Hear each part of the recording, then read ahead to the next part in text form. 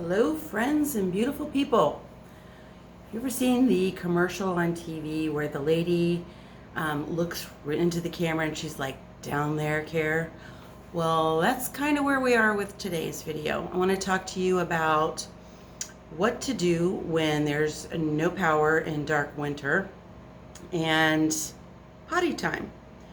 So, a lot of you are quite confident in the fact that you know how to flush a toilet with a couple gallons of water. You just pour it down after, and that's great short term.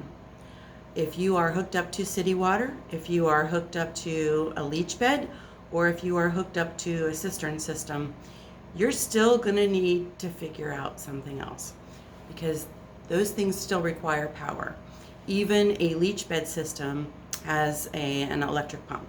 Cistern has a thing called an electric grinder. I don't have to tell you what that does. And then the city system also requires a power to pump that out of your pipes. So unless you want to be, you need to figure something out. So there are lots of different things that you can do. For example, I know some people have a composting toilet, which is great. Unless you live in Pennsylvania, I don't know how many of you have seen the news article where they're going after the Amish in, correct me if I'm wrong, Stewart County, Pennsylvania, who have composting toilets, not outhouses, composting toilets. And they are making them hook up to county sewage. They're saying the religious exemption is no longer valid, and for the safety of everyone else, they need to hook up and to the city. And I will tell you, personally, I feel like that's a precursor to maybe saying other things we can't get religious exemptions on. Not that they're really giving them to us anyway. So just be advised, if you have a composting toilet, that could be a situation that arrives in your area, depending on how far this goes into the legal system, whether or not they're going to allow them to maintain the right to just use a composting toilet, because face it, they want us all on the grid. So a composting toilet is definitely an option. You'll probably, depending on the size of your family, need more than one in that kind of situation. Unless you're already doing that and comfortable with how it's working for you, then you're good to go. A lot of people have talked about plastic buckets. Plastic buckets are great. You can get little attachments that you put on that's like a little toilet seat, and it's just like being where you normally are. However, the bucket's going to fill up. And so what are you going to do with what's inside there? You need to have a plan, whether that's having, an outhouse uses a hole.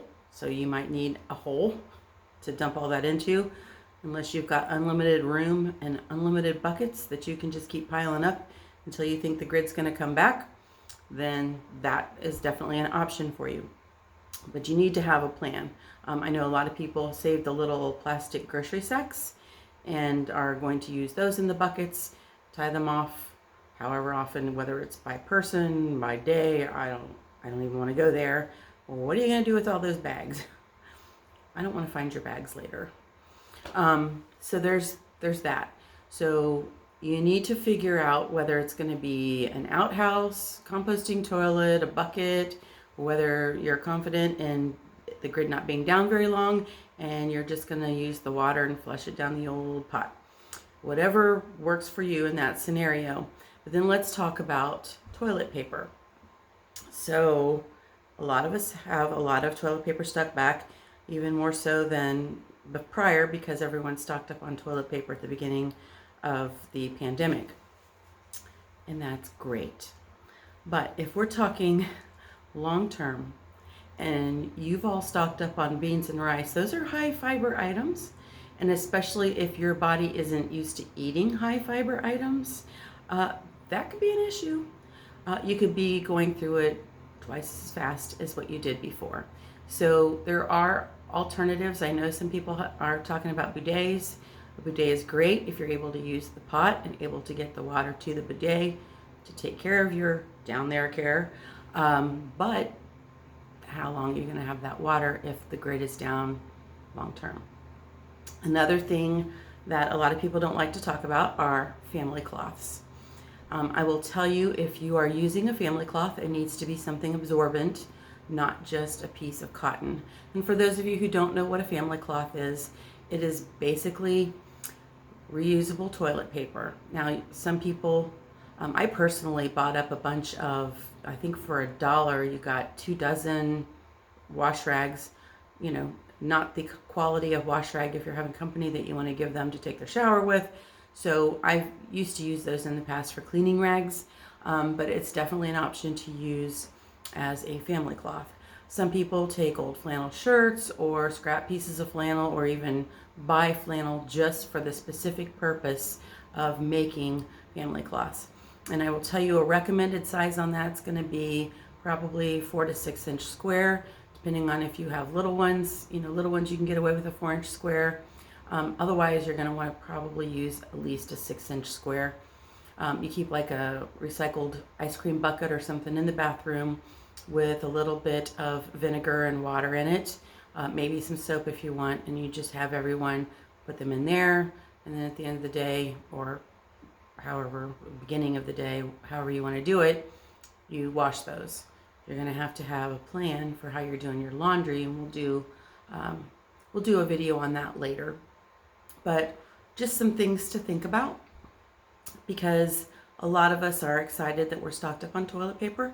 A lot of us are excited that we know that we can go out back and get some water out of the pond to flush our potty. But long term, is that really going to work for you? So that's all I have for today. I'd love to know your thoughts. I know I did not cover everything. I just covered some of the key things that I've been hearing on social media. And until next time, be blessed and be a blessing.